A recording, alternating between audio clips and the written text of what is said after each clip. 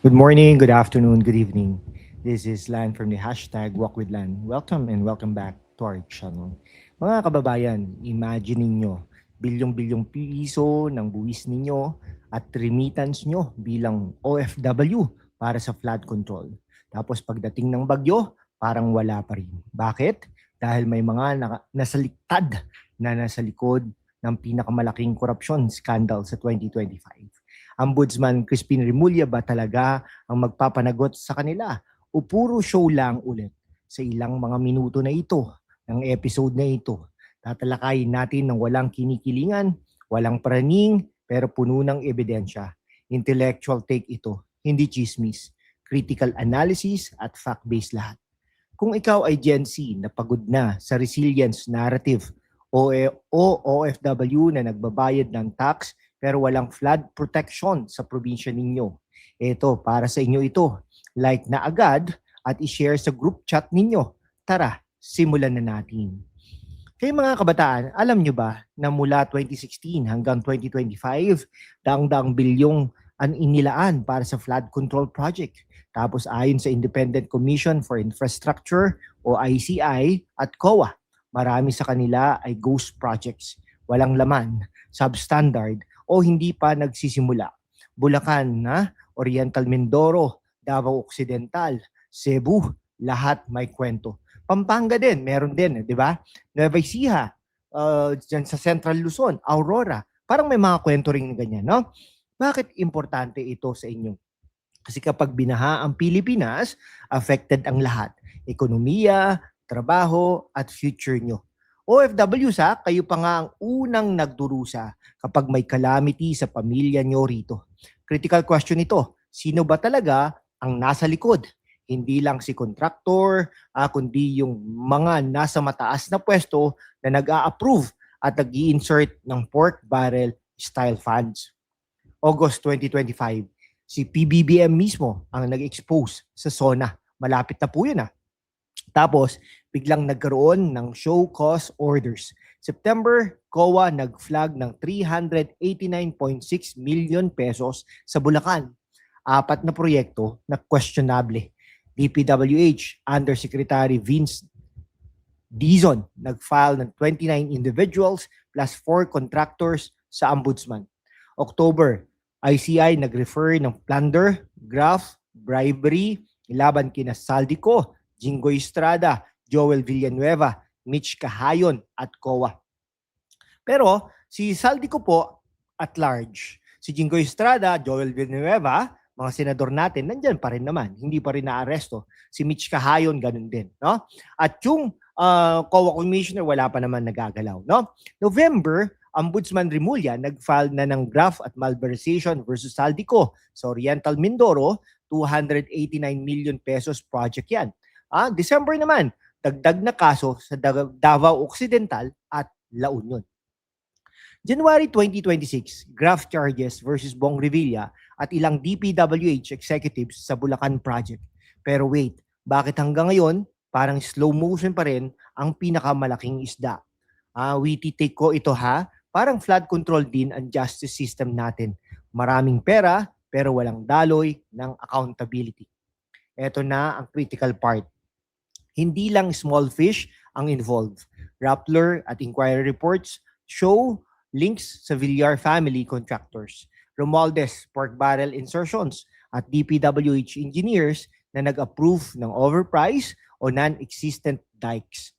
Motion Trade Development Corporation, Villar Uncle, nakakuha ng 390 million pesos flood projects plus 2.8 billion pesos infrastructure. Wow, no? Grabe. Sana all. Anyway, Ombudsman Remulla lifted ang SALN restrictions. Positive step. Pero bakit hanggang ngayon walang plunder charges sa pinakamalaking pangalan? Critical analysis. Ito ba ay political protection o talagang mabagal ang sistema? Fact, 421 ghost projects na nadiskubre ng DPWH, 252 billion pesos worth of projects canceled for 2026. Mga OFW, imagine ninyo yung pera ninyo na inaambag sa PhilHealth o SSS napupunta sa bulsa ng iilan habang binabaha ang bahay ng pamilya ninyo, mga kaibigan. Membership plug lang tayo.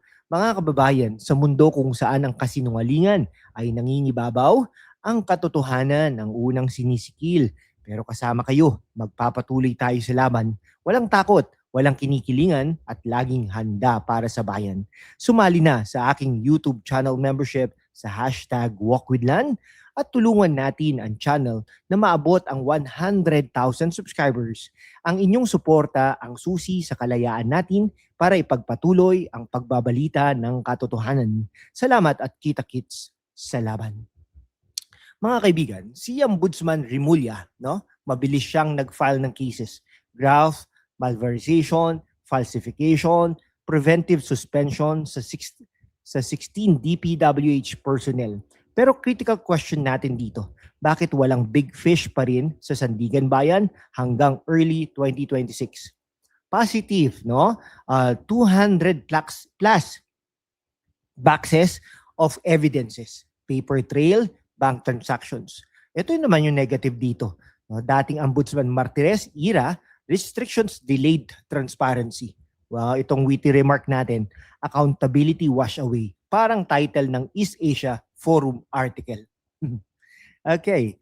Para sa mga kabataan, ito ang test case kung gagana ba talaga ang constitutional bodies o puro panakot lamang.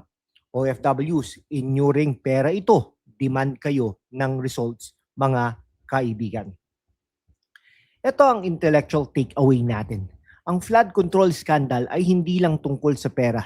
Ito ay tungkol sa systemic impunity. Kapag walang totoong pagpapanagot, uulit-ulit yan.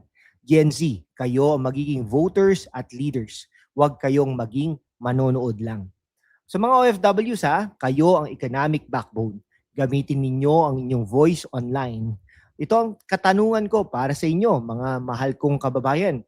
Sino sa tingin ninyo ang tunay na nasaliktad? Comment down below.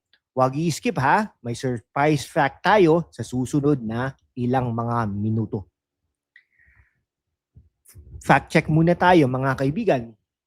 Protest sa DPWH, tomatoes at dirty water thrown, kabataan at progressive groups ang unang nagreklamo. Tayo ang susi ng pagbabago. Habang iniisip nyo yan, bakit hindi muna kayo mag-invest sa sarili? Sa Shopee affiliate natin, merong high capacity portable power bank. Perfect para sa ilang mga minutong videos na ito kahit na nasa Middle East o Europe kayo. Link at itatag natin yan dito sa ating video na ito. Para sa waterproof protection naman, rain jacket at flood emergency kit sa Lazada. Journal notebook para isulat ang inyong analysis. Wireless earbuds at portable speaker, ibahagi ang katotohanan ng malinaw. Suportahan ninyo ang channel natin habang may practical benefit kayo.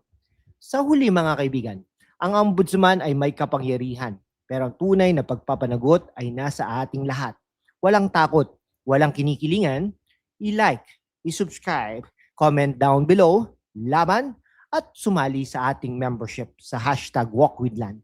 Kita-kits sa susunod na laban para sa bayan.